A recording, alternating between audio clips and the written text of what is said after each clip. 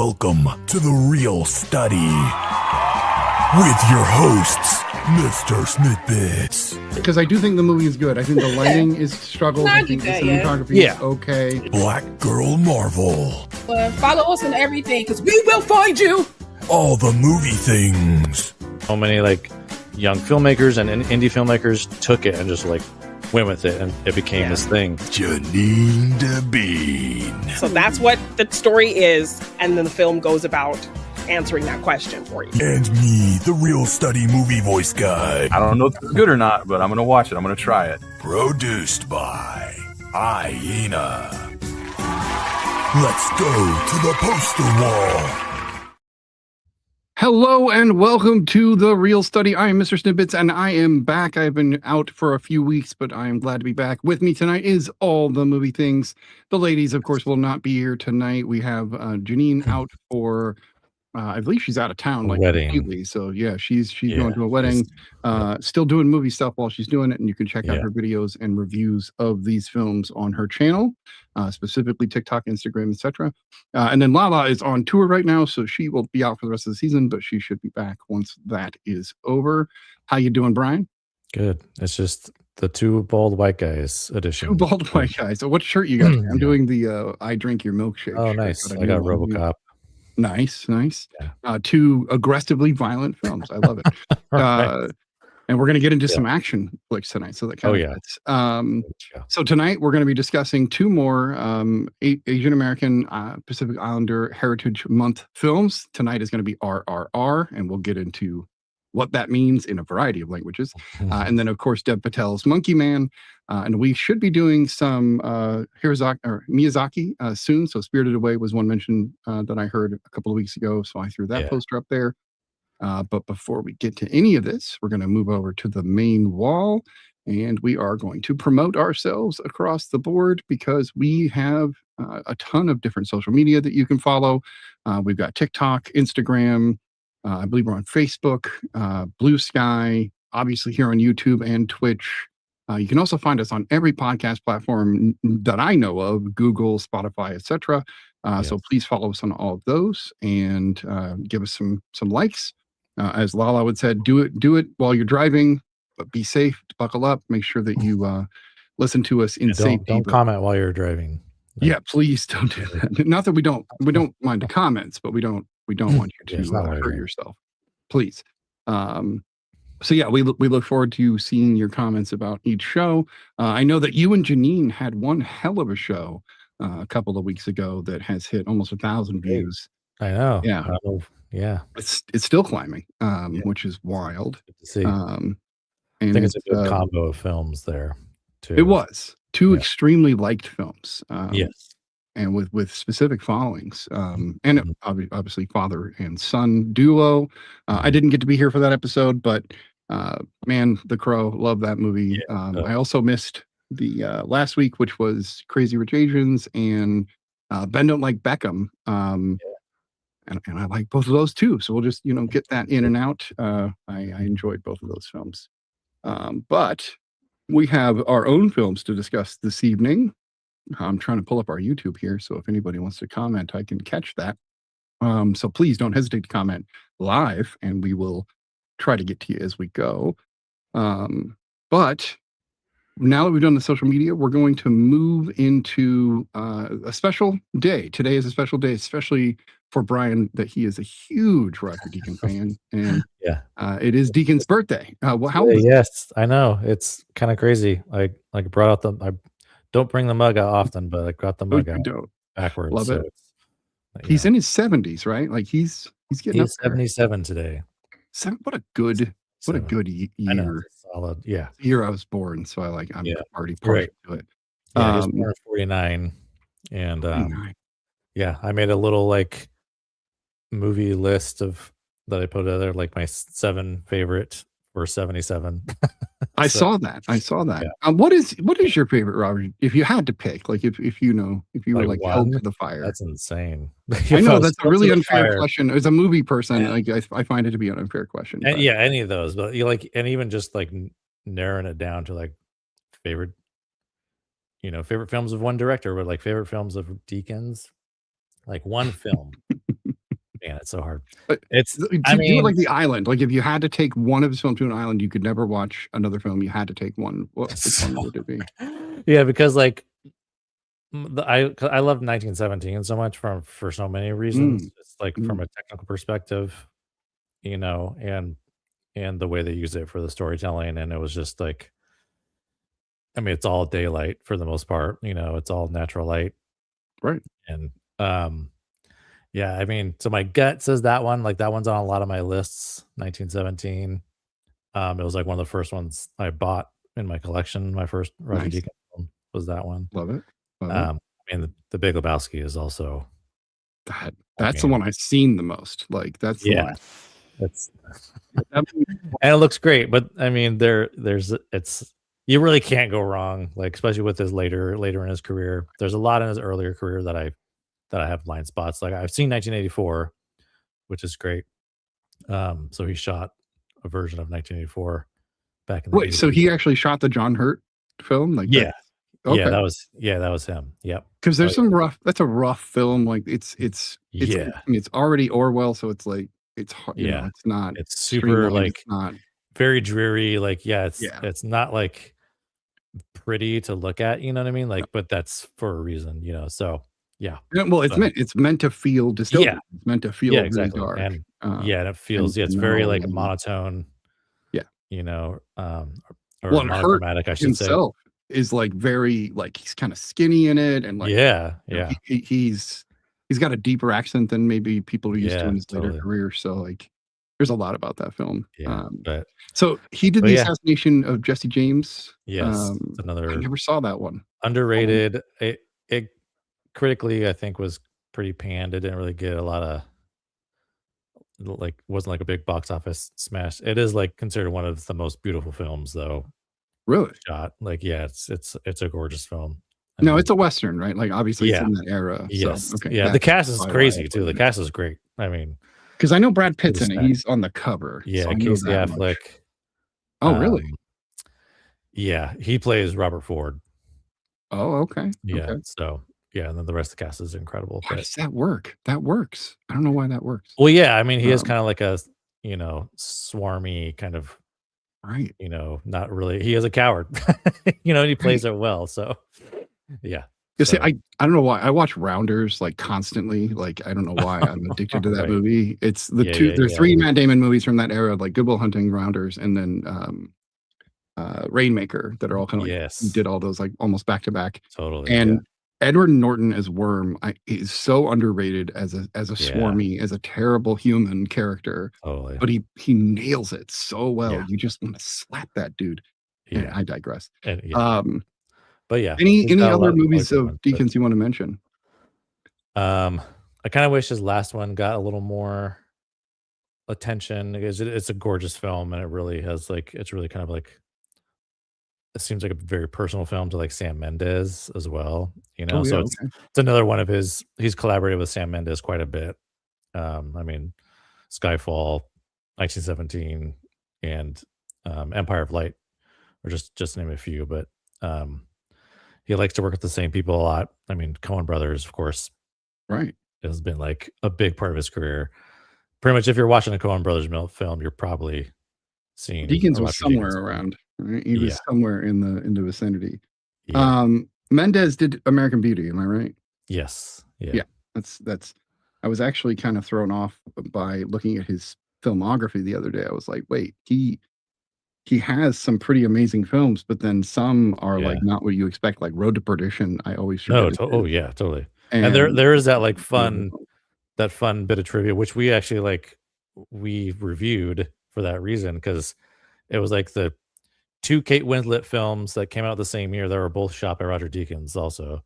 Right. So Right. So the Revolutionary Road and Revolutionary Road and The Reader. and The Reader. That's right. Yeah. The Reader gets on like Fandango and other places. It gets put as Yeah. like a sexy movie, and I'm like, what Right, are you no. guys doing? Yeah. What do you So Hamnet is the one you wish would have gotten a little bit more traction. Is that what you're saying?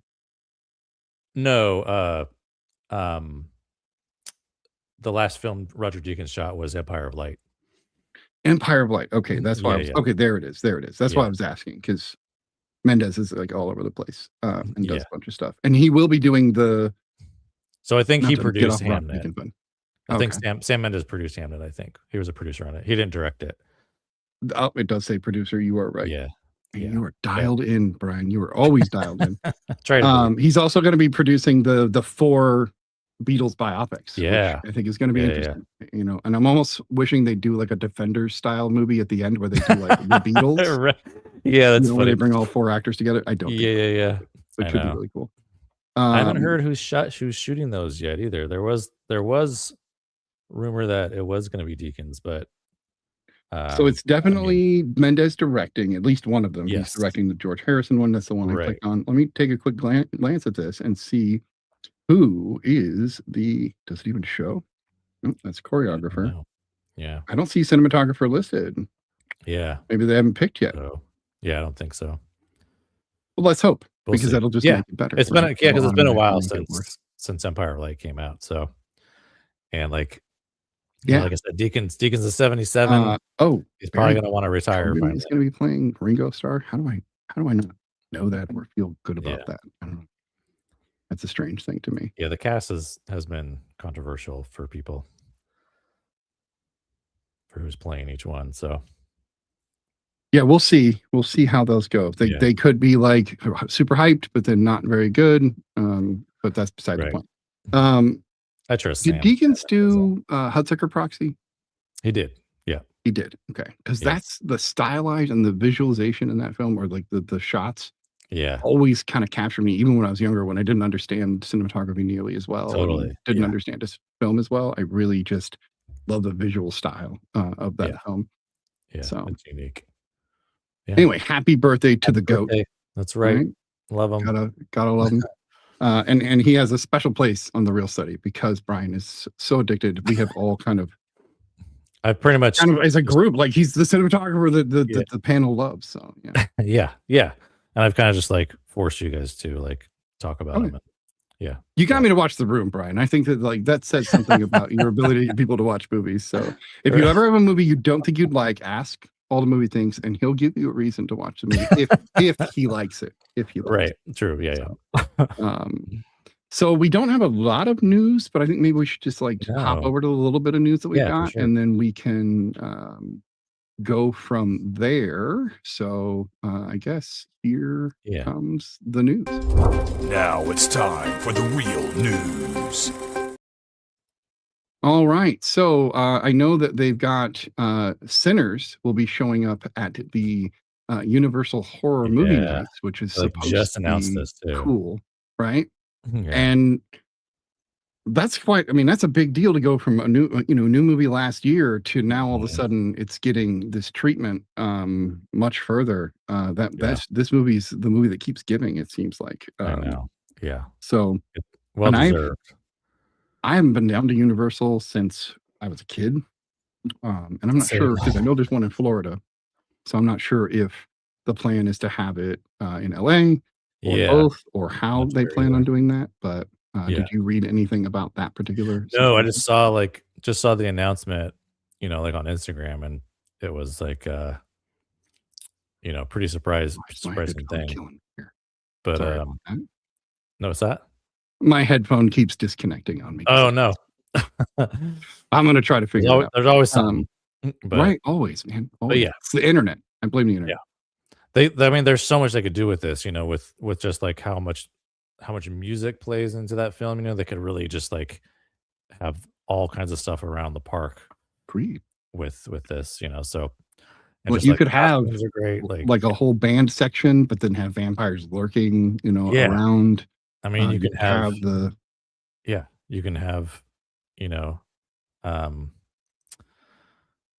like Irish kind of dancers and stuff too. They'll probably do like a kind of like a juke joint kind of setup. I imagine that's what I was going to say. Cool. Like that would be cool to have a juke joint. Yeah. You could add because it's from the film. You could add whatever flavor. You could have a section where you have Native American vampire hunters who are hunting down vampires. Yeah, that was I love that part. So I like that's part of the movie that I like. That's part of the movie I kind of want to like them to explore. A prequel? Like I would love to see like Native American like vampire hunters. That's pretty. I agree. I think that would be badass. badass. Oh my god! I think it could be really, really neat. Yeah.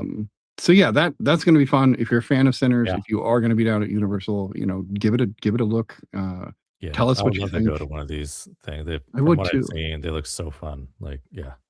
Too bad they don't have anything like this up in Seattle or Oregon in any way, shape, or form. We do because it's so rainy up here. Well, and we do have some pretty serious haunted houses, but it's nothing like the level of that, So, but yeah. Well, and we have the weather. There's that little town north of Portland that does their like huge Halloween festival every year, and so like there's a lot of good stuff up here, but I swear it's because of the rain. This is why we don't have a football team. Dude, I went to like a haunted corn maze one year, and it had like dumped like previously, like just like a couple days before. Oh yeah, and it made it not fun because like it was literally like the mud was so deep. It was that kind of mud you to like pull. You're like physically really pull, and like the thing was like no one was paying attention to like the like people jumping out at you and scaring you. Everyone's like, this is you're worried annoying. you're gonna lose your shoes, right? Yeah, you're just like in my face now. I don't even care about the scares. I'm just trying to get the hell out of this mud pit. So what you call suction mud, right? Or suck mud. Bad. Yeah. No, I've run into those too.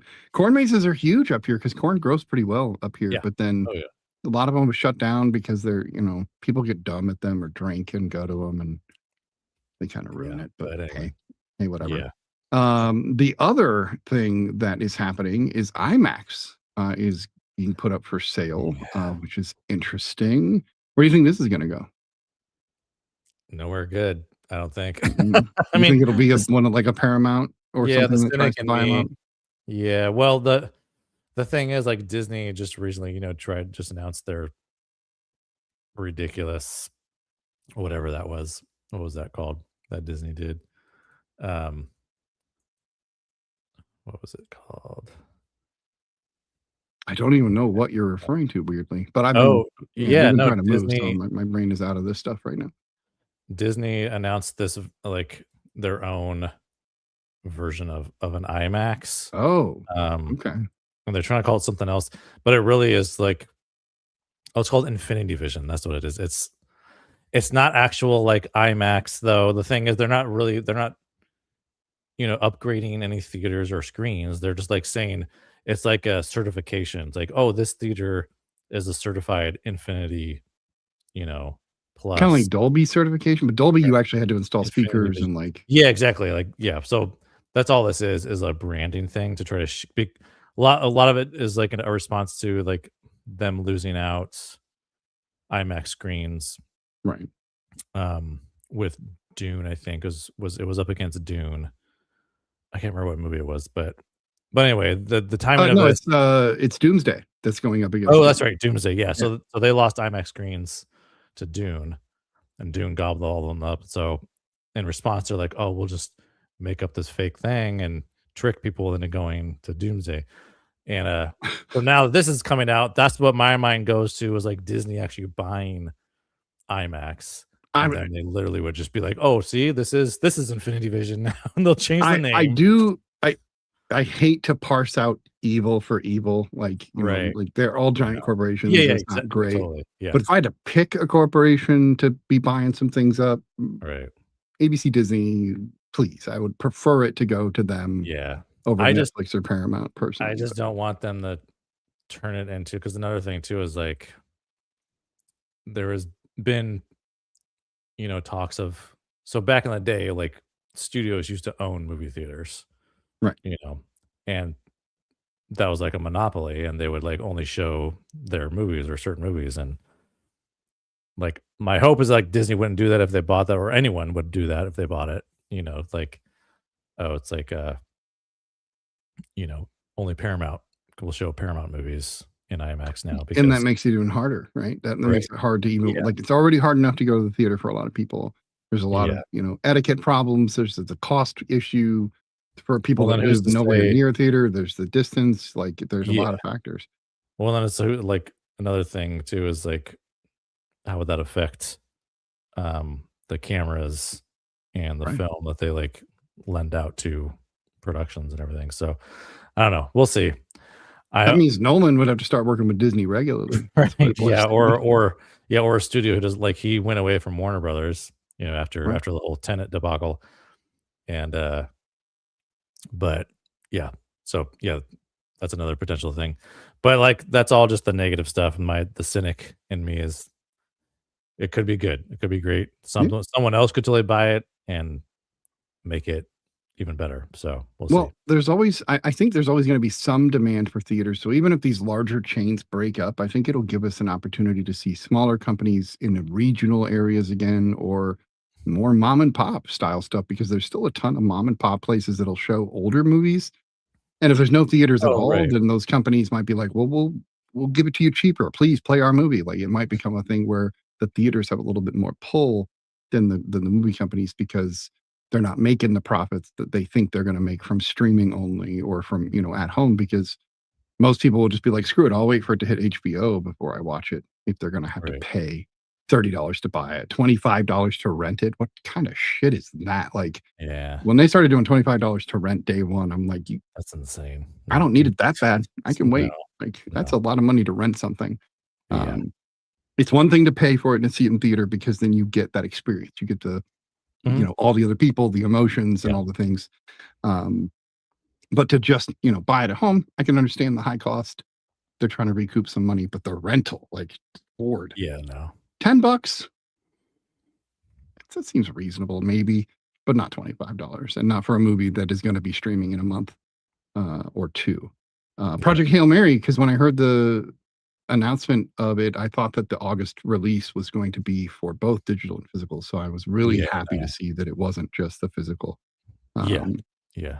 Us physical media folks gotta wait a little longer, but right. that's Right. fine. And it's because they actually had to put them on disc. Okay. That's actually not true. Anybody that knows anything about the way this is done, they can put them on disc Oh, yeah, like immediately day while one. it's in theater. Yeah, yeah, But they totally. don't. They try Yeah. to build hype. I mean, you even see the announcements for, like, box art, like, the same week that's in theaters, for Right. the physical media copy. You're like, "Oh, Right. they already announced Well, the." what I think a lot of people, and because we're of the video cassette age, and Mhm. so back in the day, it literally did take them a year, because they had to Oh, yeah. take the No, film and transfer it well, to and well, VHS and things then lasted make longer in them all. theaters too, And things would roll. Yeah, they would take longer so in theaters. So you would yeah. you'd get a movie out of theater, and then you'd be like, oh, I can't wait to get that at home. And you would have to wait 6 months to a year before you'd Yeah, even like, I remotely waited see it. a long time for Batman to come out, like, I remember that. Right. That was Right. that was a pretty long time, but, And you were 9. You were also, because I was 12 when yeah, I was Batman a came out. You were kid. 9. Yeah. That was like the perfect age for both of us to see Oh my that god, movie in yeah. theaters. Yeah. Um, yeah, Batman 2. We'll see. The Batman 2. There's going to be Right. some interesting stuff. We're getting some MCU people moving over to DC. That's going to get interesting, because Scarlett Johansson, I think, is going to be in the Batman. Yeah, they and Matt Reeves has already, like, shown images from That's right. That's right. from, Didn't like. you guys talk about this last week? Or you Yeah. were supposed Yeah, to? we talked Okay. about, like, the I shots missed that that he was part. sharing out. Yeah, he was doing, So, like, a similar thing as, like, the chair announcement, but he was actually showing, like, footage from right. set, so that was kinda cool. Yeah. Not just talking. Yeah. You got to see a couple movies this week. I know you got to see Did. The Mandalorian and Grogu, which is getting a lot of negative, All over but the some, place. I would say, some mixed reviews. I'm seeing some people that are like, I Yeah, really loved it. it feels more So mixed, I would say, but I'm interested to see the yeah, we Rotten don't. Tomatoes on it. Yeah, the Rotten Tomatoes is it's very unbalanced, like, it's very much, like, higher audience scores than critic scores, so. I don't want you to talk too much about it, just because we talked about Yeah, this because I before know the you're show. like yeah, But yeah, can you yeah, give me your you're, like, rating? super Like, stoked. if you were to rate it on our scale? So, on Letterboxd, I gave it a 3 stars out of 5. So, it's All right. not like, I don't think it's a bad movie, it's just, like, there's just stuff in it that, like, it just could have been better, I think, All right. like, yeah, so, there's a lot of stuff I agree with, like, a lot of the critiques on it. I'm like, "Okay, yeah," because I went in pretty hopeful, like, I was, like, wanted to see it. I love The Mandalorian, the series, especially that 1st season, Yeah. um, and, yeah, it's just been a long time, since we've even seen anything Mandalorian and Grogu related until now. So yeah, there's just some stuff in it, some interesting choices that I'm like, well, okay. But one of the fun things I will say, like, was like the kids are like so stoked. It was like really cute. A lot of kids were like dressed up, and like they were like really excited to take pictures in front of like, you know, the stanchions and cardboard Sure. kind of promo materials out in the lobbies and stuff like that. So And it is the for kids, them. kids were If we're actually, going to be honest, Star Wars is uh, always for the new uh, generation. I mean, it's not. It's for both. I would say, I don't know. People keep saying that, like, yeah, there's a lot of cute stuff in it, but it's pretty brutal. Like some of the violence, and I'm like, Like more I brutal don't than know if this normal is like Star a, Wars. Like, yeah, like okay, yeah. There's some stuff Mando does. It's like you're like, oh damn, like okay. but no different And than the it, show in that sense, right? yeah, I mean, I don't know. I feel like he's pretty brutal in the show too, but Yeah. um, I mean, the very first episode, we see a guy get cut in half by a yeah, door. exactly. Like, Yeah. right. So the thing is, like, of course, it's a lot of creatures that he's, you know, just Sure. annihilating and stormtroopers, but still, it's like But they I deserve kind of push back when people say, "Oh, it's for kids." I'm like, But I what? mean, just What would generally, you Star judge? Wars has always kind of been targeted towards the younger group. Star Wars, when it No, I came out, was understand for that. It's us, just and prequel, same compared to thing. other Star Wars films, though, this is a pretty violent All right. Star Wars movie. Well, that So just made me more excited. Weirdly, I don't know, that got, I don't yeah, know. I have a feeling I'm gonna like it. I watched The Acolyte the other day for the first time, and that got yeah, shit on that like's really cool. bad. I thought it was Yeah, pretty interesting, and I'm disappointed we don't get to see more yeah. of where that goes. I don't think there was anything about it that made me go, "Oh, that's new and original." It was very like, "Oh, I've seen this before in other things," but with Star Wars, and it was fine. Yeah. Um, anyway, you also got to see I Love Boosters, and Yes. that was the movie that you wanted to focus on. Tell us what you think about I Love Boosters. I love boosters. Man, this thing. So this is the newest film from Boots Riley. He wrote and directed it and was a producer on it. And this is one of his babies. And if you know anything about Boots Riley, like if you've seen Sorry to Bother You, I absolutely love Sorry to Bother You up until like a certain point. And if you know, you know, there's it just goes off the rails. Like there's some pretty funky stuff all throughout, which I loved. But then like there's one point where it's like, what the fuck is happening right now? Okay. Yeah, it gets kind of wild. But I still really enjoyed that movie, but that one part kind of took me out. And for those who've seen it, kind of they probably know. But and this one is like he's I love that that they're kind of just letting him just do what he wants. Like he just has this just such a unique mind for film. This is another like unique kind of film. Like it's so one, the color palette is insane. Like it's one of the most vibrant movies that we've gotten. Um, and not The just in poster kind of shows yeah, the that. poster, like yeah, like it's like the branding is consistent with how the movie is. Um, and another thing too, he uses like every kind of like filmmaking technique you can think of. There's like miniatures being used in this. There's stop motion sections in this. Interesting. Like it's a yeah, it's insane. The stop like the why he's using stop motion.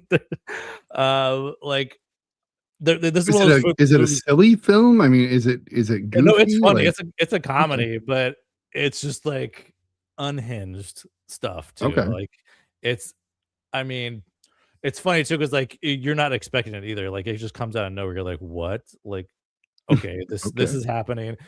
And so I mean the basic premise is like, Kiki Palmer is part of this group of boosters who kind of like shoplift from high-end clothing retailers and then sell them themselves on the side, wherever they Right, can. Um, and it turns out, and she loves Demi Moore's character, who is like this, designer and kind of owns this huge corporation. Um, but then it turns out she like rips off one of Kiki's own designs that she had entered into a contest and oh, didn't win and they didn't even accept her. But somehow, Demi Moore ripped it off. And so it turns into this thing of like her trying to exact revenge, but also this element of like sticking it to a big corporation, and there's a lot of like thematically a lot of stuff about capitalism and how, you know, in capitalism it's a lot of like you're stealing basically a lot of stuff. So it's this whole like thing of like the boosters are stealing, but also corporations are stealing from, you know, from society anyway. So it's like what's right and what's wrong kind of thing. Um and there's a So lot it of fits elements with the to that. zeitgeist right now quite Yeah, well no, with totally. Yeah, everything yeah. So that's it's happening. a So yeah, it's a pretty pointed film right now. And but like and the performance is great. It's really it's funny. Uh like the but I just love how like unique and different it is.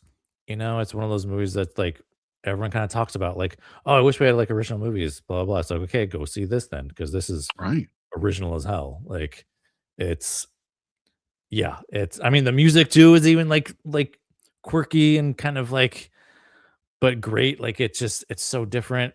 I mean, it's it's just so wacky. There's like a sci-fi element to it too. Like Okay. it's you can't really you can generalize it as like a comedy, but there's so much more to it. Like So it's I was multi-layered oh genre-wise. my god, yeah, it's really great. I like this one more than Sorry to Bother You. And you got Lakeith Stanfield, who's also in this, who was in Sorry to Bother You. Who is There's a few amazing other always, by the way. yeah, yeah, and I wish I could say who he is, but you gotta see it because you're just like, okay. And even his character is kind of a commentary on some things too. But I can't even say a word of what he does in this movie. So it's Will wild. Will what is Poulter. his name? Will Poulter is Yeah. also in it, right? Yeah, Because I yeah, did see a preview for it, like as I was yeah. running through some Yeah, and he's kind of like a some store videos. manager of one of the corporation's like big stores. So, and all the girls like end up kind of working there to get like intel in a way, and you know, and Interesting. yeah, yeah, and it's like there's like a few that store and those scenes kind of represent to like how it is to work in retail as well, and how like messed up that is as and working for this I big used to work corporation. retail, So and you're making me want to watch this just to see yeah, that so part they of it, kind of that aspect yeah, of yeah, it. yeah. Everything's kinda, like, kicked up to 11 too in this, so it's like there's, like, extreme level of versions of heightened reality for sure, so, I like yeah, that. I like it's that. wild. It's All right, yeah, well, everybody go check that one out. it's Again, pretty like good. Brian said, it is a Yeah. unique film, a new IP. It's neon, so it's going to be Yeah, yeah. unique in that sense as Neon well. let And you're 'em yeah, supporting a smaller, they just let them go. production Yeah, company. it's great. Yeah, Yeah, no, Neon is just kill. They're like weirdly the new they're pretty great. A24. Not that Yeah. A24 is doing bad, but just No, but they're kind of they're following kind of, that trend too, they're like, doing yeah. that. Yeah. Mhm. So, I got to see a movie that Brian talked about Oh pretty my much god, I know. incessantly for most of the year, Yeah, and that is, of I'm so course, glad you saw Project it finally. Hail Mary. Yes, I oh did my read the god. book and Look at that poster. saw the movie, and this poster I literally said I Thank wanted to pick you. this poster because Yeah. I just love. It's very ET. It's very Mac and Me. Mhm. I love the actual uh, the beanbag and like Mhm. a lot of times when I watch a movie after reading the book, it's hard to disassociate those two things, and you get to a Right. point where you're like, ah, they didn't do this, they didn't do that. This one didn't matter. The whole heart of it all is still there, and that's what mattered. Very much like The Martian. The Martian is again Andy Weir, Yep. and they captured the most important parts, which was the character. And I Mhm. think it's interesting that this writer tends to pick one guy who's really smart, who has to do Mhm. it on his own, and Mhm. that's kind of the premise of the But he's film. also, like, kind of accessible, like, he seems, like, Right, relatable to right, he's us just a too as dude, well, right? like Like, yeah, he's yeah, not a yeah, super scientist guy, yeah. but yet he is. And the way this plays out, the way that you get to see him, and a few spoilers here, so please be aware. If you haven't seen it, mute me or turn me off for a few minutes, Mhm. because we're gonna talk about that hand, which is in no other poster but this one. Right. Rocky this movie for me is like everything I love about ET, everything I love about Contact, everything I love about just solid, good, like interstellar space sci-fi mashed into one heartfelt, hope-filled film. Mhm. That's about the best way I can put it. Yeah. It's got its ups and downs, and you're roller coastering. It's Man. got the middle part where most people would check out and be like, "Oh, there's too much sciencey stuff." They make it intriguing. They make you Yeah. want to know what he's discovering and learning.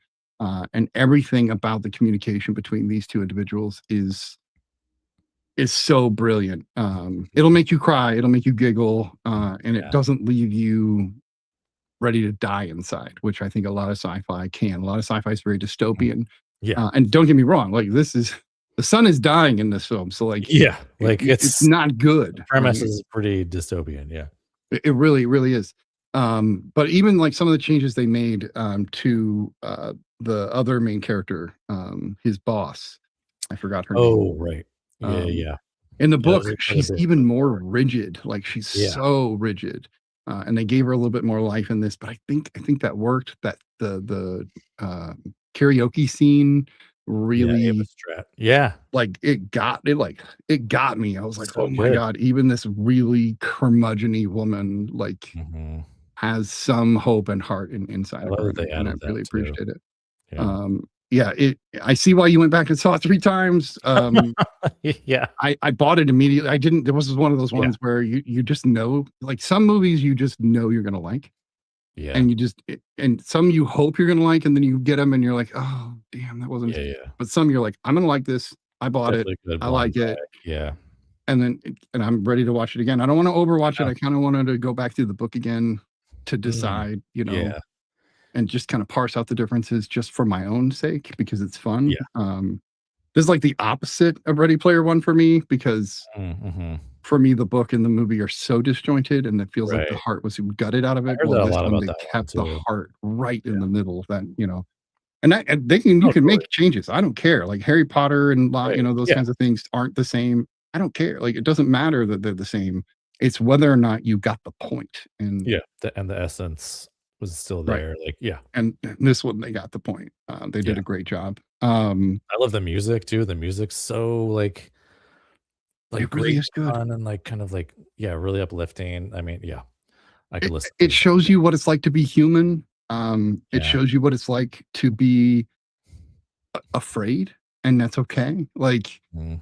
because a lot of times the hero has to be like perfect or unwavering. Oh, And yeah, it's yeah. like Uh-huh. this one, no, the hero's just a dude. Oh, he's very And reluctant, like to right, go to go out there. Like, I mean, they and literally, have to force him to do it. right, which is Yeah. so great. Not that they Yeah. did, but great in the sense that that's not typically what you would Mhm. see in any film, really Totally. ever, or any story. Yeah.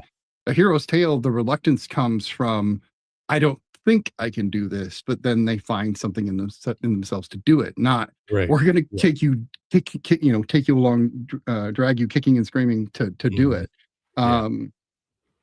Phil Lord was kind of didn't expect him to make a movie like this, but then as soon as I saw Drew Goddard's name come across the screen, I was like, son of a Yeah. bitch, no wonder. Right.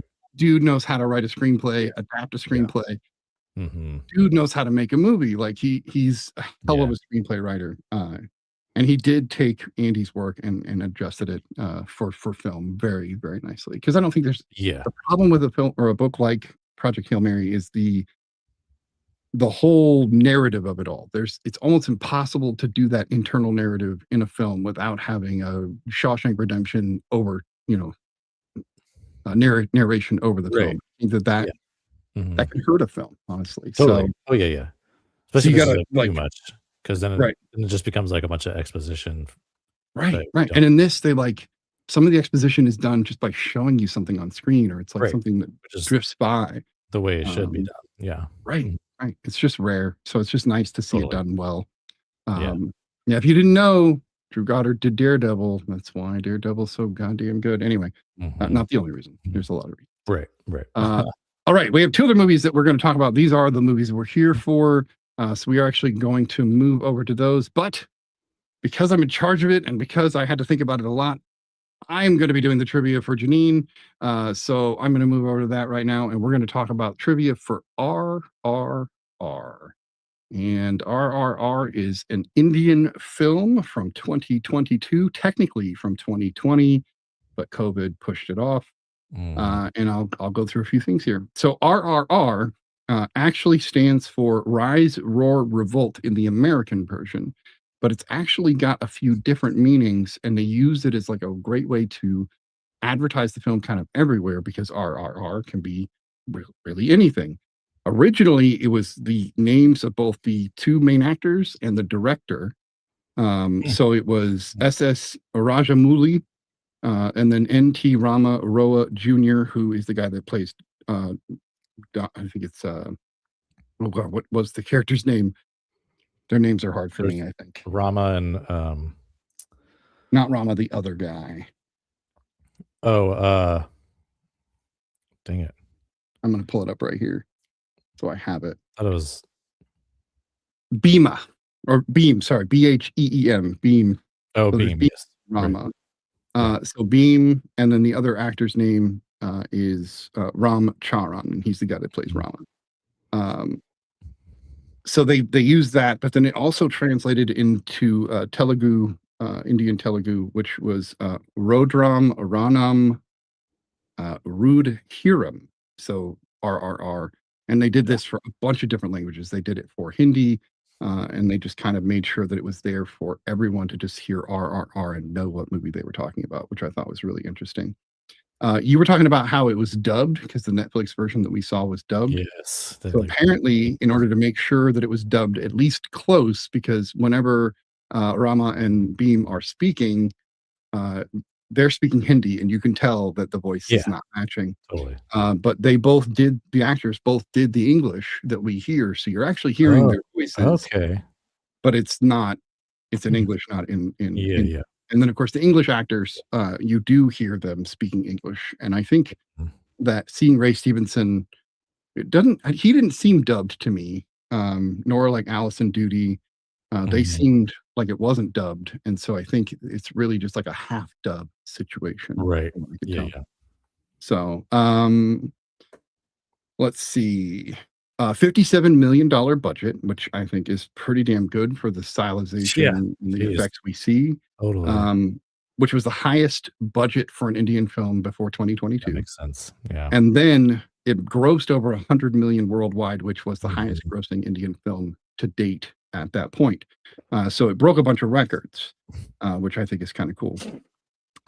Daisy Edgar Jones was actually going to play the girlfriend or the love interest for Beam, and then Jenny. ended up having to drop out. Not Sita, Jenny. Yes, so Jenny. She was going to play Jenny, and then couldn't. And she had actually worked with NT Rama Rayo Jr. before, so this is kind of interesting that they would have played across each other a second time. First Indian film to ever win an Academy Award, and it was for the song Natu Natu, which was original score, or I'm sorry, best original song in the 95th Academy Awards. So that's kind of cool. And then the last piece of information I have, or trivia, if you will, for this film is the two characters of Rama and Beam were actually based on two real native Indian folk heroes, or revolutionaries, true revolutionaries. And so they tried to, it's kind of a fantasy film, so it's taking things that were real and blending them with things that are not. And if you watch the movie, you know that it's wildly over the top. Almost like it's almost like they're like superheroes of their time. I totally, that's exactly what I started to feel, especially towards the like prison scene. I was like, oh yeah, they're full-on superheroes. These are superheroes. But these are characters, or not characters, these are real people that existed, both of them by their names, and then they apparently never really met, but the director was like, but what if these two dudes met and made them friends, and like right. And so we get all of that. So some interesting trivia. I'm glad this movie is getting the recognition that it did. But what did you think of RRR, Brian? Man, it's a ride. That's right. I mean, you hear that a lot about films, so this is like, I mean, it does a great job with that 3-hour runtime. Like, you know, you go into this, you're like, oh man, okay, let's do it. You got to, like, you know, be committed. But they do such a good job with it. I love like the direction it goes to, and it almost feels like I love like the way they introduce like just the like we get like we don't get like the main title card until like 20-30 minutes into I it or think it was something. 30 Like, minutes. I looked. I yeah. was like, whoa, okay. Yeah. But they do this cool way of like introducing each R in a way, you know, like Right. I love that.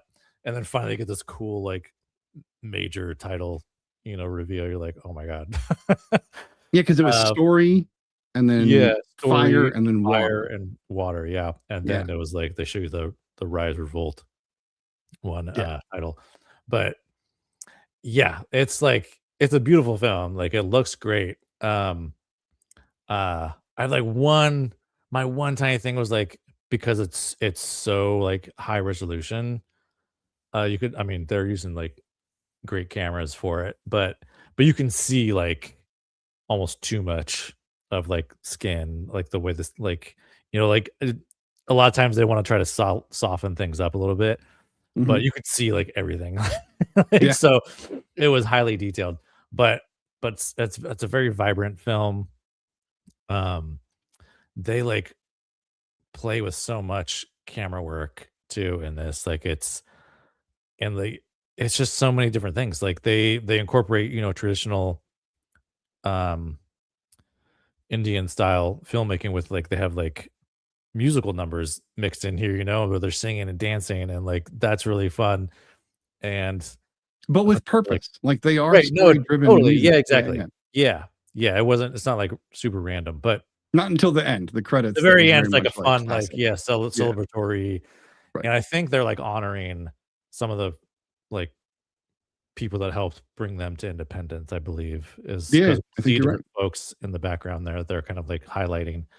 But yeah, there's just so many great things in this film. I love this story of these two kind of coming at the same kind of problem from different angles, and then like also being enemies and not knowing it, and then but being like allies and not knowing it. Yeah, and then exactly, being allies and like enemies, and and like it's almost like a rom-com in that way where like you know, that's the typical rom-com thing where it's like, oh, they come together and then something happens to them and their relationship falls apart. It's like, what are they gonna do to come back together again? You know, and you see it, and it's literally like they're two superheroes and they kind of like hide their abilities. They both hide their identities. You know? They literally do. Because even Beam is like, I'm not a Muslim. I'm not, dude. I'm not even Muslim. I'm like, I'm a traditional Indian. Like, yeah. I had to dress like a Muslim to hide, you know. And then of course the other guy, Rama, is dressing like a cop to hide, you know. Right. Yeah. I mean, the way they introduce these characters too is insane. Like, I love the way they introduce Ram. Like he is. Oh my God. Like, what is going on? Like that guy in the audience, he was just like, not in the audience, but out in the crowd, he was just like, I'm gonna run. Oh shit, I can't run. Like, like talk about like just sheer grit and determination, like just taking a mob on with like a stick, like literally just I mean, and then like, you know, Beam's kind of introduction to like his abilities, you're like, what? Right. Wow. He can conquer the jungle. And not even when he meets, because they only meant for the wolf to be who they were dealing with, and all of a sudden a tiger gets involved, and he's like, oh shit, I better string this tiger up. And and just the like crazy ways they incorporate these different action bits. You know, there's a lot of flying around, a lot of people getting thrown. I mean, like so many people get thrown. The motorcycle, when Beam gets the motorcycle, it starts just like throwing it like it was like it weighed nothing. Like that was totally I love it. It was like so insane. But the thing was, it's like I say a million times, it doesn't break its own rules. It sets up this world. It lets you know like this thing is gonna be bonkers, but we're totally taking it seriously. And you're like, okay, and they don't deviate from it. And you're like, yes, thank you. Like, so good. Yeah. I could talk more about this, but it's no, and we will. I think my initial thought was, because this is my first introduction into true Indian cinema. I've never watched a Bollywood film before. Oh yeah. And this is technically Indian Telugu, I think is what they say. So it's not technically Bollywood, but they're still very close together. It's no different than like indie film and I think Hollywood. it's the Tollywood films. I think Tollywood is another way to Hollywood, put it. like, Yeah, totally. So Mm. this is my first introduction, and so Yeah, yeah. I did not know what to expect, but I try to go into all movies with an open mind. Yeah. And like you just said, like as soon as we see Rom go out there and just start kicking the shit out of everyone, even the stylization of the way he like stood and the like Yeah. the reflection out of his eye, I was like, Uh-huh. what? Yeah. This is what is this? Oh, I'm hyper-stylized. intrigued. I felt myself like emotionally involved. I felt myself like, go, I want you guys to do this. I hated Stevenson. He did such a great job of Oh, being such a man. bastard, like right out the gate. And the things they go through Right. that, cause them to go into the directions that they are in. It's just terrible, like so brutal. Yeah. It is. And I think it's interesting to see British actors willing to do roles that 100 years ago, Yeah. no fucking way would this have been done. This would have been banned. It would have been a problem. Yeah. And I think it's neat to see people trying to take back some amount of their culture and the pride in their culture through film. I think I think American directors could learn a lot from a movie like this in the sense that they went for broke. They said, we don't care what your rules are. We're going to make our own rules. Yeah. And they used, like you said about the rom-com thing, they twisted and subverted things that we would normally be like, no, that has to be in this kind of movie. Yeah, it's got to stay. And they were like, no, we're gonna, there's no rules.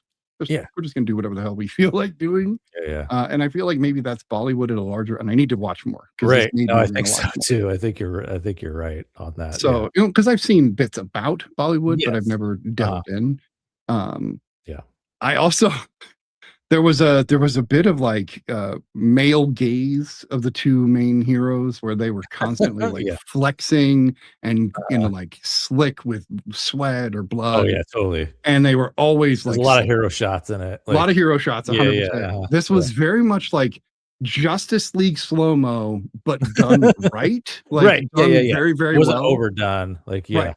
It could have been 2 hours had they not done on the slow-mo. I'll be honest. Like it, but they did it where it was like it would speed up and slow down in a very like cinematic way, like or like the bullets going through very, you could tell there was a lot of inspiration from a variety of places. Oh, totally. Probably even Hollywood cinema. I felt like there was like a Robin Hood Prince of Thieves moment, even, because he's got arrows and stuff that they're shooting later on. I'm like, oh, there's literally a shot of them following the arrow with the camera. Right.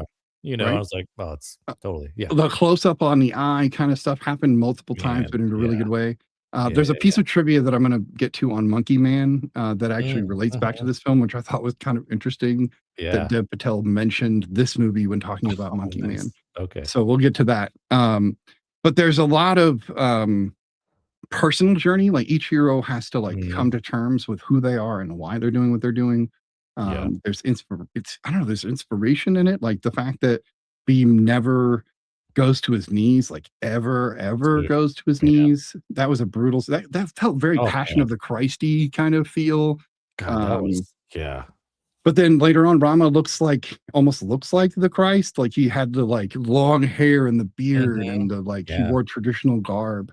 But his mustache when he was the cop version, like he was rivaling Magnum PI. That was the best mustache in cinema. Like, it was like so good, so perfect. I was just like, damn, like this guy is making me feel not very manly right now. I'm feeling a little, like I could do better work on my beard. Man, this is I could talk about this for a while. This is a fun movie because we could break it down scene by scene. Ray Stevenson, like I said, just one. I was really surprised to see him pop out. I wasn't expecting him. I didn't know much. I mean, I knew about the film, because there was a lot of hype around it when it came out finally. Right. And it got like Oscar buzz and everything. And I don't think I had Netflix at the time when it came out, but it was definitely like one I wanted to see. So I'm glad I got to see it. But like, I had no idea who was in it. And then Ray Stevenson pops up. I'm like, oh, you're in this. Cool. All right. Right. And I was surprised at like Allison Duty as well. Yeah. I was just surprised at like how like they really like to your point, they really lean into like how oppressive, you know, the British Empire, was to them. And yeah, I was like, oh my god, yeah, I don't know. I definitely had my like 2026 lens on there where it's like, what the hell is what is going on with you? You people cannot do this, So it really makes you like root for them as a country and as a people. You're like, yeah, fight finally. You know what I mean? Like fight leave back. them Like, alone. yeah, Right? Jesus. Yeah. So when they finally get those weapons, you're like, oh man, No, and see, that's why I think the 3 hours, and when people bitch about movies being 3 hours, I'm like, when they get those weapons at the end of the film, you have literally waited a while for him to get that. Like, You've seen it go where it looped in and then looped back out and then looped in again. Then you see them come together. Then finally they get the weapons. Like, yeah, holy shit. it was like a big payoff. Like, It really was. But I also love that Stevenson's character was a badass. Like he also was a hell of a shot with a rifle. And just that like he could hold his own.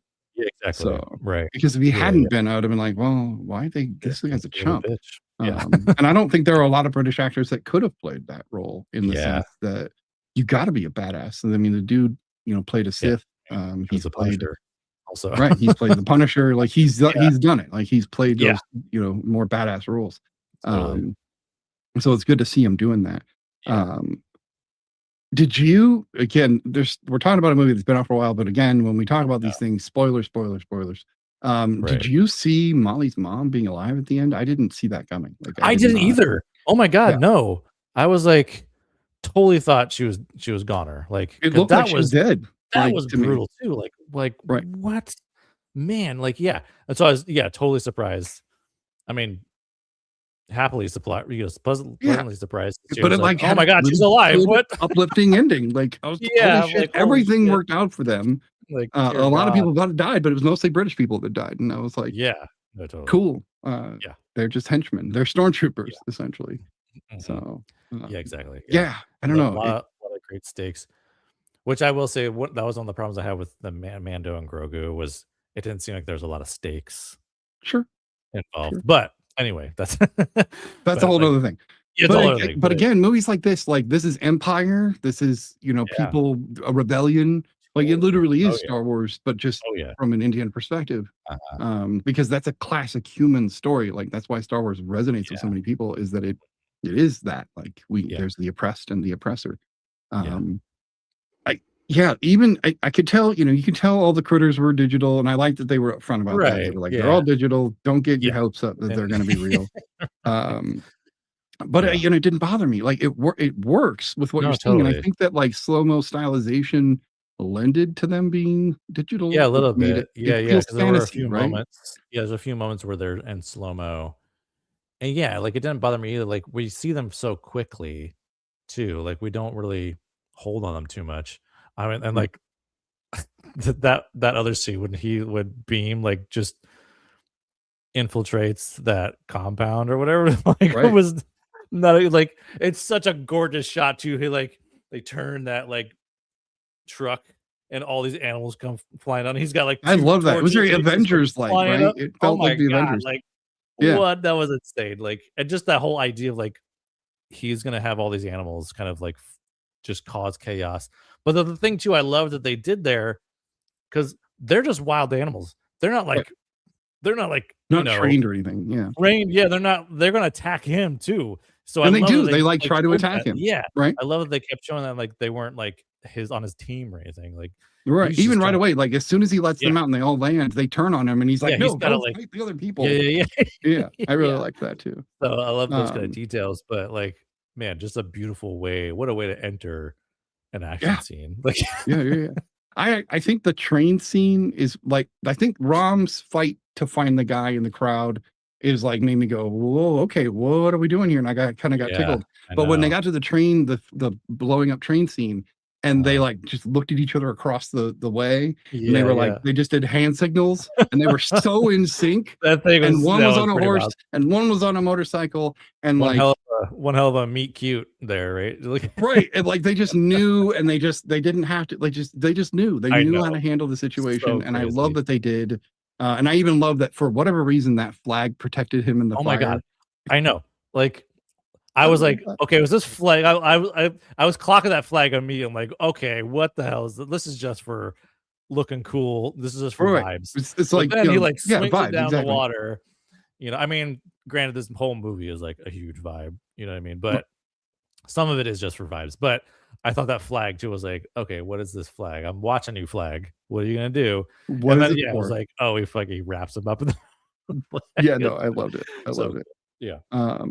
But then them like, I don't know, them riding the motorcycle together, it had like a bosom, not bosom buddies, but what is it, Balky and Perfect Strangers. Perfect Strangers, kind of like, like we're buddies and we're driving along, like very like goofy, fun. There was almost like a gay coding to their relationship, like just on the verge. But then it was very obvious that they were both into their ladies. No, totally. I love that that Jenny was like, fuck these imperialists, and like joined them. Like, it was like going with the right people here. Yeah, exactly. I loved that. I know. There's a fun so much. There's a fun thing I found while I was looking for things on my phone. Like I Googled, if you Google RRR, okay, come on. It's fighting me here. Let's see, I don't know if it'll come up. If you Google RRR, okay, on the top there, it's a little motorcycle and a horse that goes back and forth on the top. Oh, that's so fantastic. That's amazing. Yeah. So cool. So when they got on the horse on the bridge, and the horse and the motorcycle, I should have my movie brain should have been like, oh, this is foreshadowing. Like I should have known that it was foreshadowing. Them leaving the compound though might have been the most over the top part, which is weird to say because there's so many over the top moments. But like him riding him out because his legs were all busted up. And he's like, Beam's reloading the guns for him, and like, he's like leaning back and doing like John Wick style fighting, like, I don't know, just I loved how it was very like, it didn't look like wire work though. Like they did a good job of not making it appear like wire work, but it had to be because they're throwing people 30 feet in the air. So like, or like, couldn't you open the gate on the prison a little quieter? Like, he's just like, He's got to like, I know.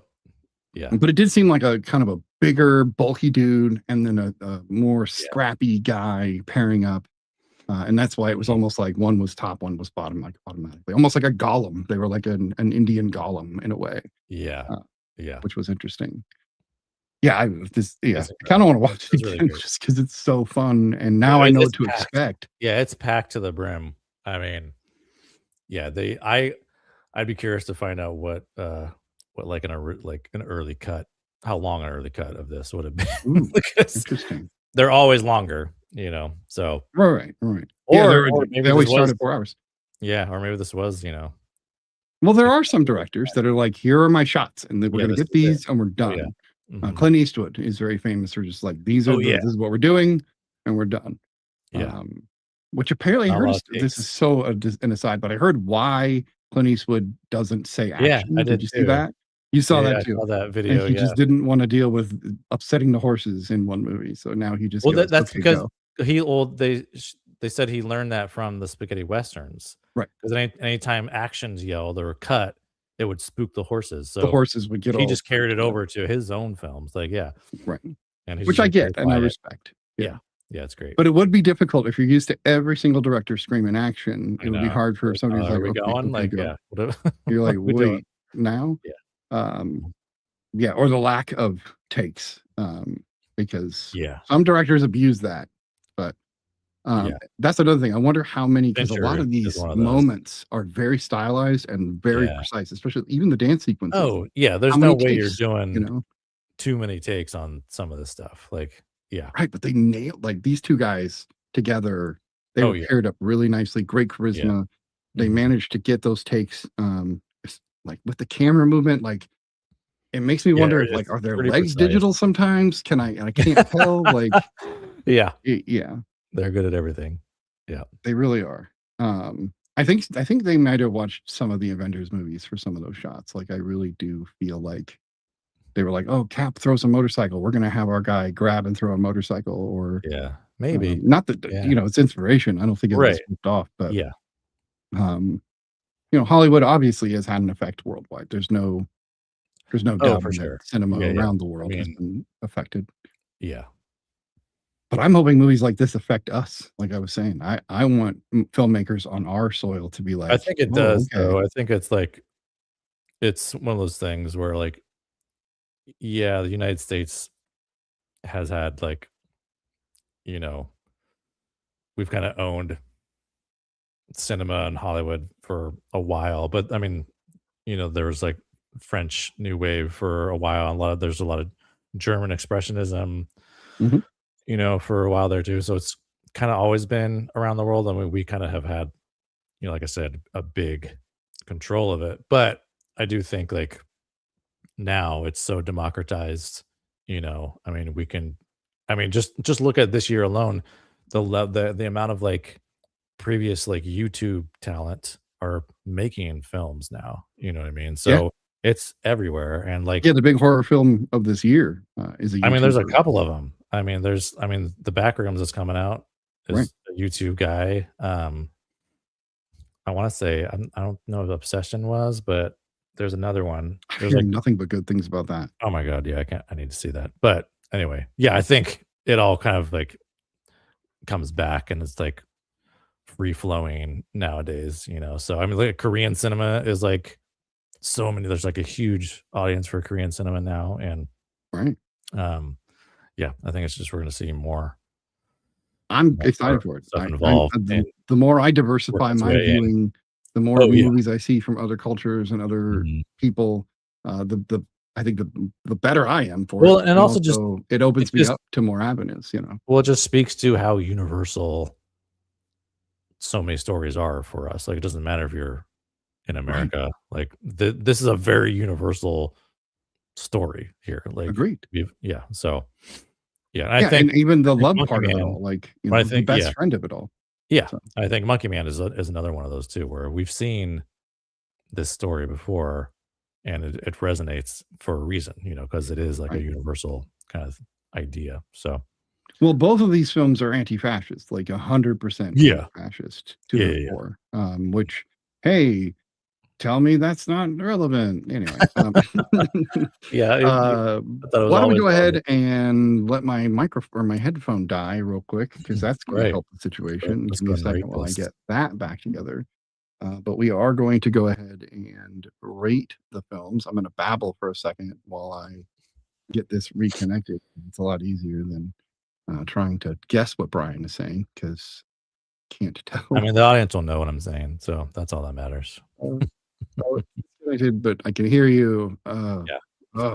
Stupid headphones, AirPods. I don't know what the hell they're called. Whatever. I know mine work great. Yeah, but you're connected to a Mac. Am I right? Oh, yeah, true. Yeah, I'm connected to a PC, so they're like, Oh, they so get they're like, mad. They get really, come really on, mad. get that out of here. Right. Get that out of And so, here. like, and it's not even because the first gen that I had were great, but they died and they don't Oh, work anymore. interesting. And now these fourth gen that I have are terrible. I love the sound. They have great bass, but Yeah. they don't connect to shit, including my TV, which is really annoying. Because I love listening to them double butted with at least the bass they give. Yeah. That's how I watch Project Hail Mary. Okay, why don't we rate RRR and then we'll move Right. on to Monkey Man with a little trivia. Go ahead. What do you Yes. rate RRR? It's a 9, easy. Ooh, I mean, it's insane. It's so good. Just a fun it's so fun too, but, like, yeah, like I said, like, it's like I Love Boosters in a way where, like, I Love Boosters, Boots Riley is very much setting up the rules of the world he's creating. Even no matter how ridiculous it gets, it's like you already like you believe it because that's what this world is. right. So, like, and they do a good job of setting that up right away in this film. So I, like, love that.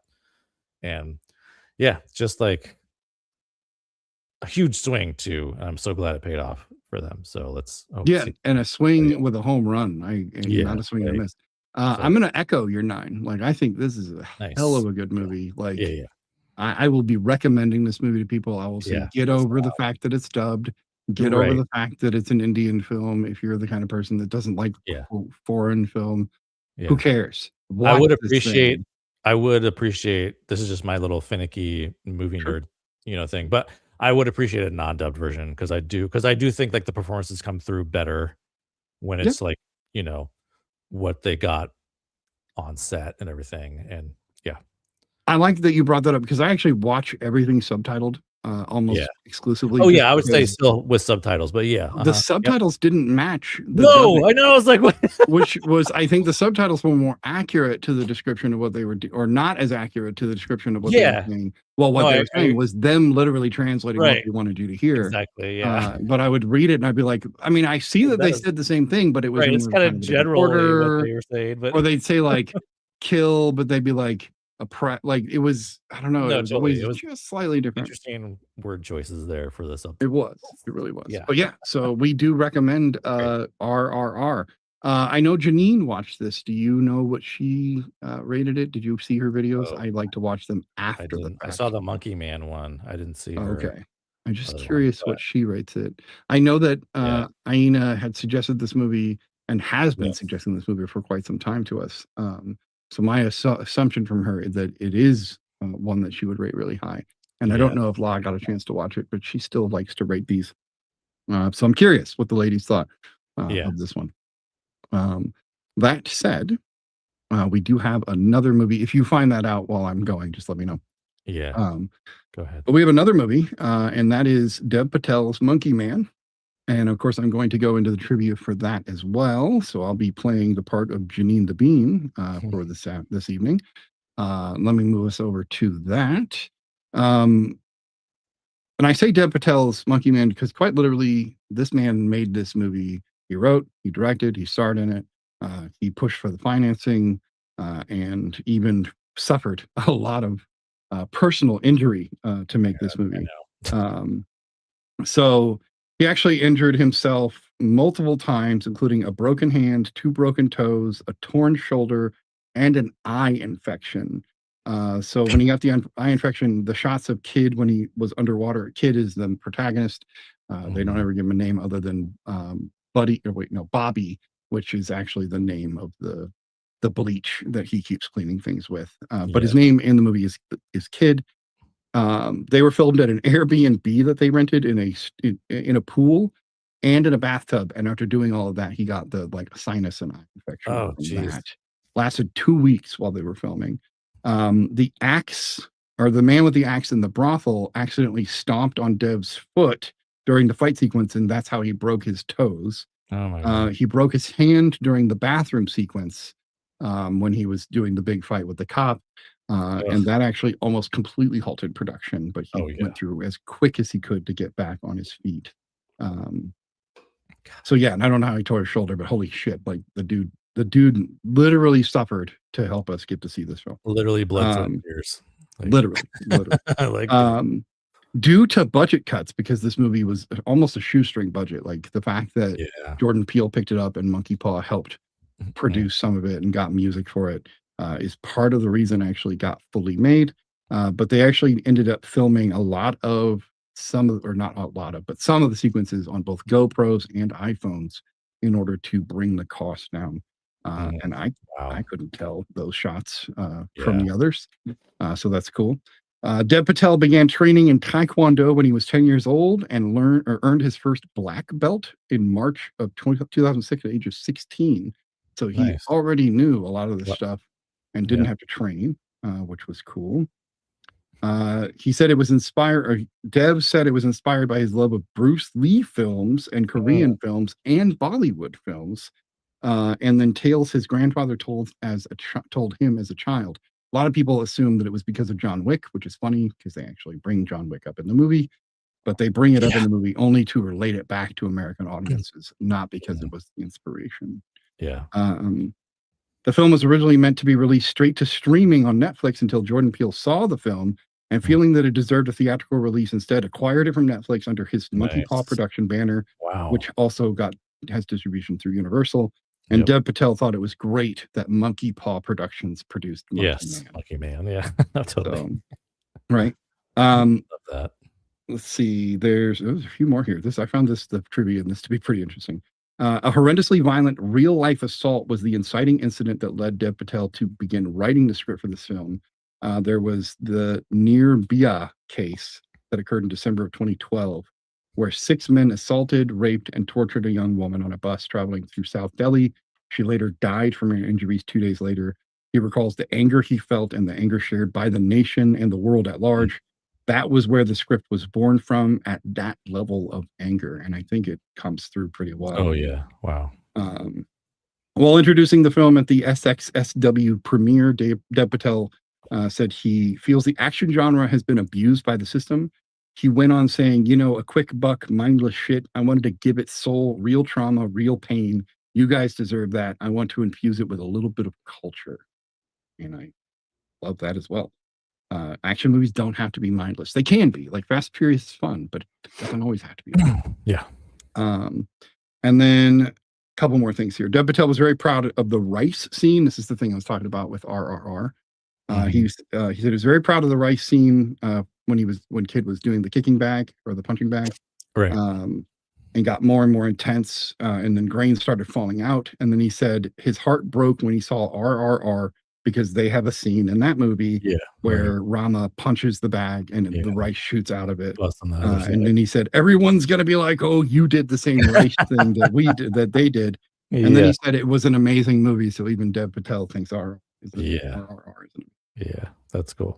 Watching them, those rice scenes were not the same. They were both a punching bag. They were shot completely different. No, totally. So, I don't was like a little more hyper realistic in RRR. Right. Dev's is very like, it's just trying to very fall out more grounded. Like, which I liked. So the films that he used as inspiration were Game of Death, 1978, Ash is Purest White, 2018, The Green Knight, which the ladies on this panel did not like, but me and Brian loved, was another inspiration. Embrace the Serpent, Rocky, 1976, Ong Bak, which is of course the isn't that Indonesian? I think it's an Indonesian film.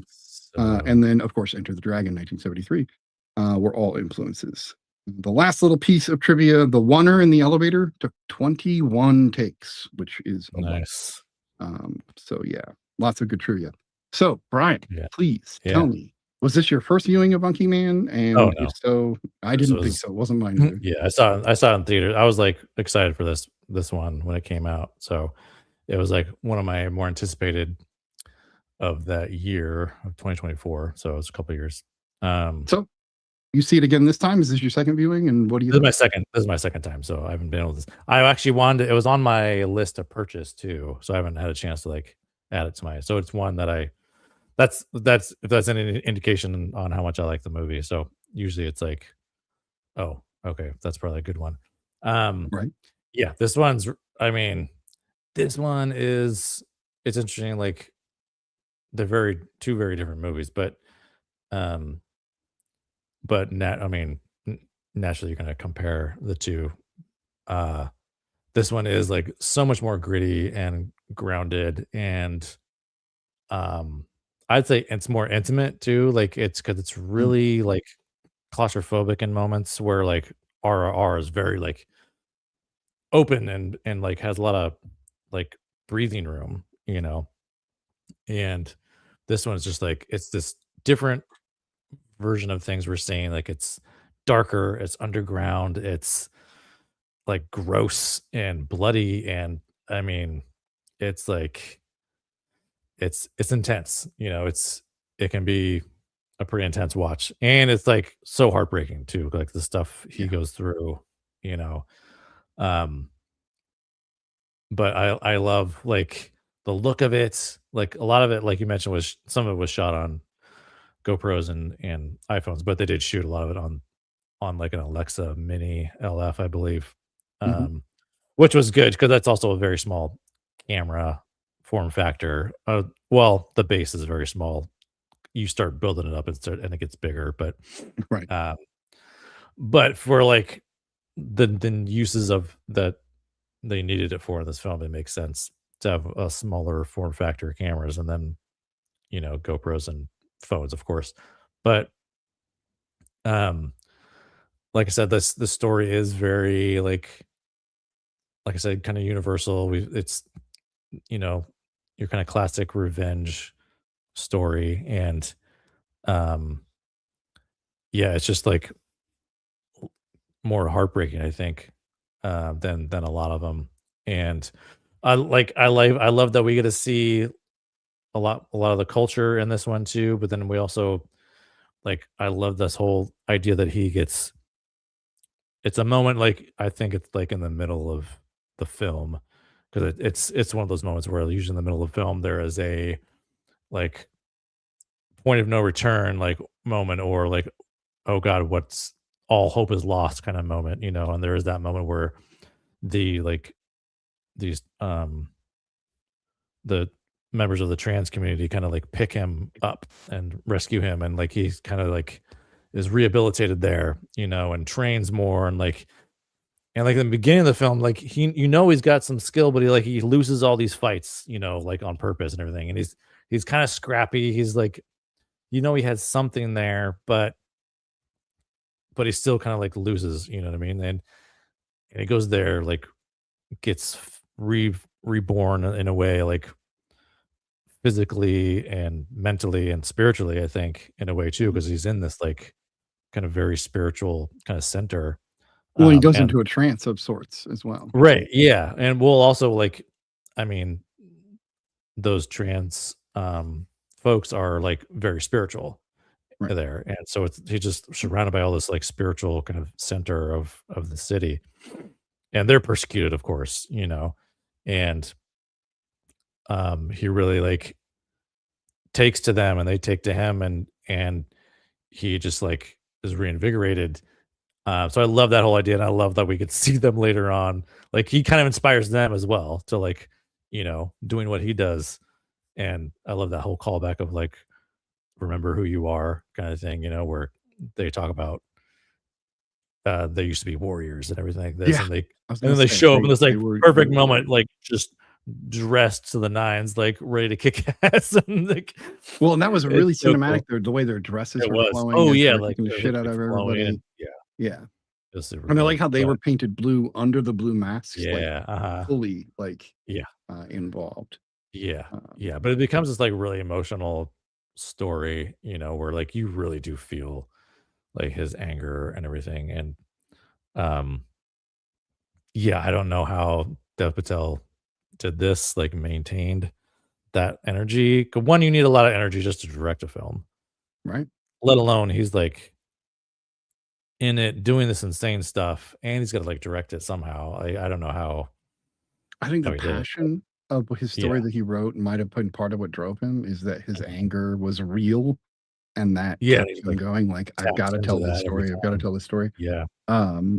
Apparently he wanted to have Neil Blomkamp direct the film. Because he had Oh, worked with him on Chappie, and he worked with yeah. Totally. Sharlto Copley as well on Yes. that, and that's Yeah. part of the reason he's in this film. Yeah. But Neil was like, "Nah, dude, you direct it. Yeah. It's much more up. This is not. I'm not No, totally. Indian. Like I'm South exactly. African. I'm gonna do Yeah. South African stories." Uh-huh.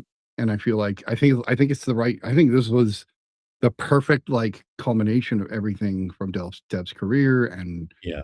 his abilities. Like, I want to see him direct more. Like, this movie blew my mind in the sense Mhm. that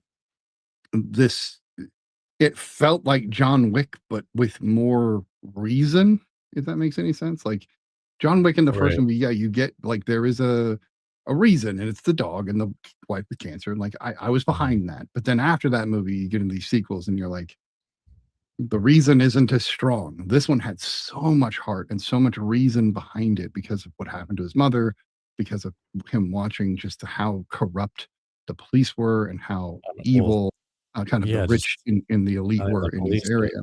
Yeah, exactly. Yeah, it's Yeah. another tale of like corrupt elites kind of doing whatever they want. And Without pretending to be something they're not. Like there's yeah. this element Oh of yeah. I'm for the people.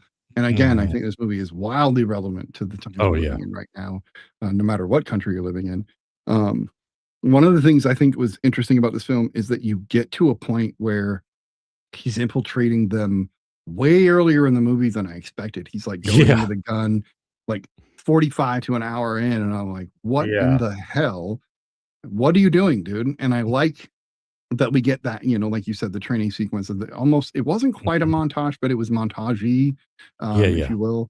And then the alpha is like, you need to serve a higher purpose. Like, I love your anger. I love that you're trying to take down these people, but you need to do it for a larger reason. And then that back and forth between the alpha and all of the trans individuals, as well as the kid going back and forth. The fact that this movie put trans people right up front and said they're heroes, they're warriors, they're able to fight back as well, is huge. The downside to it is that the film, because of COVID, couldn't be filmed in India because it was going to be filmed on location, had to be moved to Indonesia. And because Indonesia has some pretty harsh laws, they're anti-trans as a country. And I'm not saying the people there, I'm saying the government. They would not allow the actual trans people from India to come into the area, so they had to have men play the roles, which is it's a little sad that they tried, like they wanted to do it, but they didn't have a choice. But the fact that they put trans people so in the front and so heroic and capable, very capable, like they kicked the shit out of those guards, like no BS. The fight sequences are really wonderfully stylized. They feel raw. They feel real.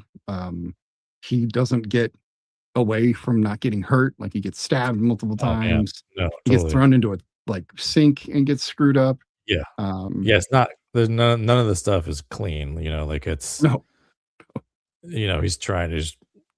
That's what I was saying. Like too. Like in the beginning of the film, he's like very scrappy. He's just like fighting for his life, you know what I mean? Like, and kind of goes in hot-headed and not doesn't really like, it's like what you mentioned, like he doesn't really have, he had like a singular purpose that wasn't bigger than himself, really. It was really just kill that cop, like the one cop, and that's great. Like, I don't know, I'm torn because people are always, revenge in film and stories, and just even just the way we're taught in our society is that revenge is bad. And I always wonder, like, is it though? Because like sometimes these fucking people deserve it. And if we just let them get away with it and there's never any repercussions, never any revenge, how do they learn? Like, how do other people, how do you get cautionary tales without revenge? Like, how does that happen? And so movies like this, I'm always like, I don't know, he raped, slapped around, beat up, and then burned his mother. How are you going to tell me that kid's not going to do something about that? Like, how? Like, that's his goal from that. I was like, which is kind of like RRR. Like, his dad got all screwed up too. So, oh my god, I know. I was kind of hoping he was going to like burn him too. I was like, no, burn that dude. Like, burn him. Like, do the exact same thing that he did to your mom. You know what I mean? Like, don't give him the satisfaction of like a quick death. Like, luckily it wasn't quick. I mean, he got beat to death, which is not a great, easy way to go. No, but I was kind of hoping he was just like brains, it was pretty brutal, like, because you can see the pool of blood like behind him. Oh my god, it was gathering. He was like begging him, and I was like, and again, he was at least formidable enough that you could see that he wasn't easy. He was a big dude, like he was my size, and Dev's like not a big guy, like tall, but not a big guy. And so I did like watching him basically school him toward the end, where he's just like, I'm going to kick your leg, I'm going to punch your hand, like really fun little just owning you moments. But still, again, even in that sequence, he got hit a few times, thrown through with glass. I do like the way he takes out the I don't know, the guru, the Deepak Chopra guy at the end, the spiritual guy, the spiritual leader guy. Like, and I love that guy was like, could reveal that he also was kind of fake, that he had weapons on him at all times, even though he preached this like peacefulness, but he was literally walking around with his shoes being weapons, which I thought was really interesting. Anyway, do you have more you want to say on this film? Not really. No, it's just it's an intense watch, but it's really great. Like I love, pretty much it's really fast too. Like it doesn't feel like it drags on. Right. I don't know what the runtime was, like just over 2 hours, so it was like a good amount of runtime. I feel like it follows, Hour you know, 38. it was an hour 38.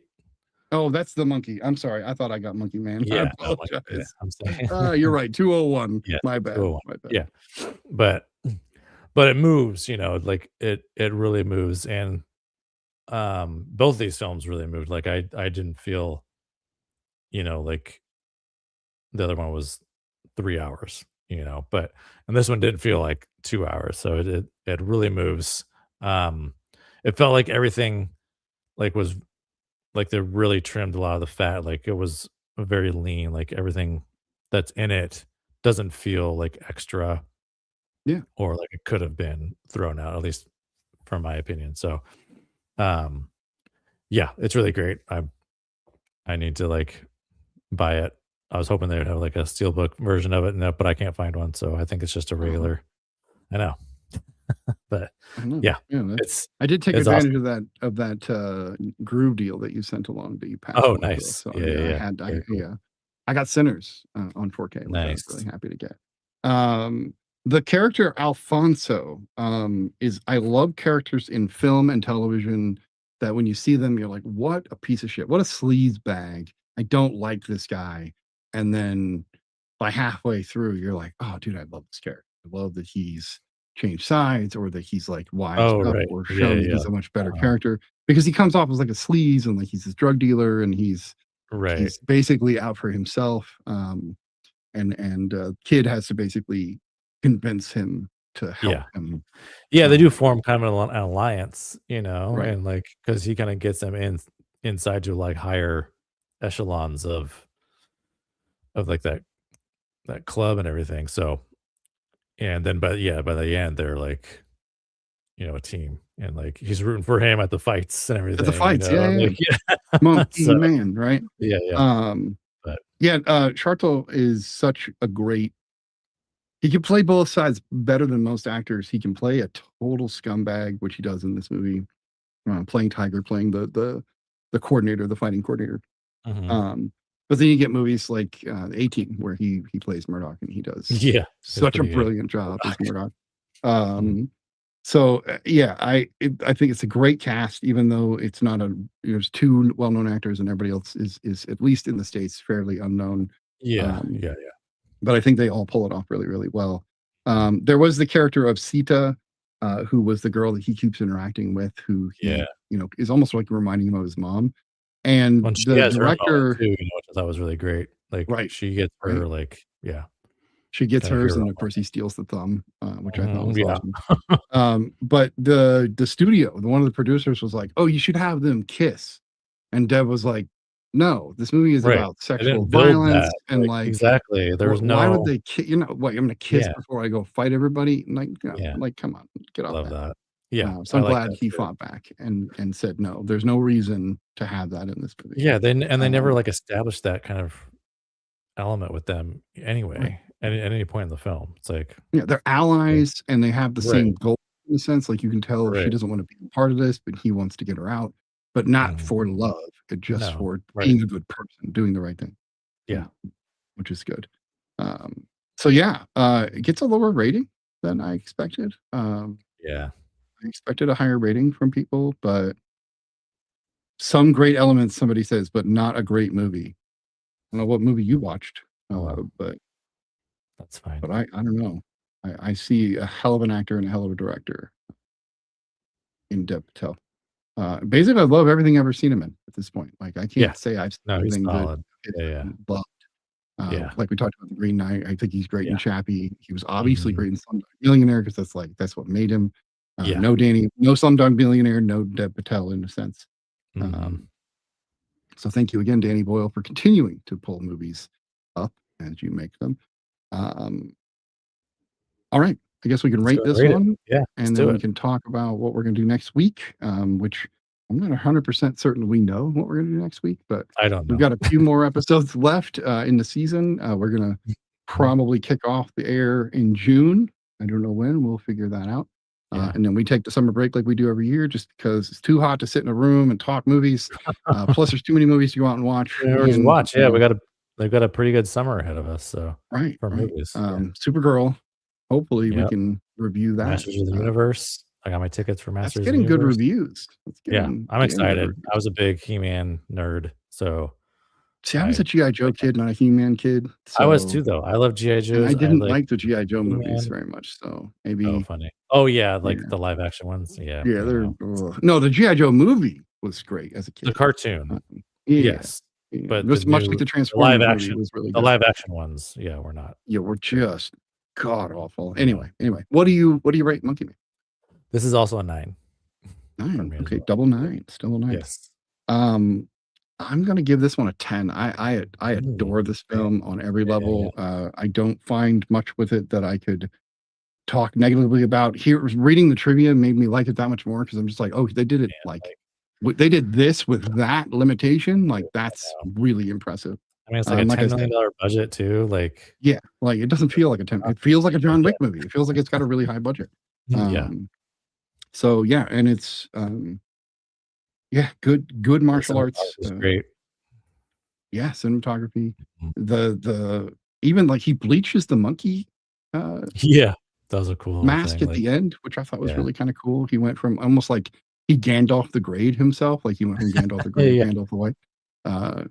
But then he like I almost wish he would have worn it in, like throughout the at least like maybe until he gets in, so they or like pull it off to reveal himself to the cop or something. Like maybe a missed moment there, but it's still a 10 for me either way. Yeah, still good. So we probably will do some Miyazaki. I know that was something that was brought up, and I know Spirited Away is popular and famous. I'm only seeing a handful, like Kiki's Delivery Service. His stuff is definitely a blind spot in for me. So I don't think I've actually seen any of. Really, not even Spirited Away? No. Yeah, okay, well then that's a must then, because that is kind of the one everybody. I know, like exactly. Yeah, I hear nothing but great things, and like it looks great, and I'm just one of those things that like was like a blind spot. That happens. So it does. Yeah. Like I have my own blind spots still, mostly westerns. So you'll have to turn me on to some more westerns. Yeah. All right. So check us out next week. We appreciate you guys taking a few minutes to listen to us ramble about movies, which we love to do. That said, this has been episode 31 of season 5 of The Real Study. We appreciate you guys dropping by and have a great time. Go see some movies. See you guys.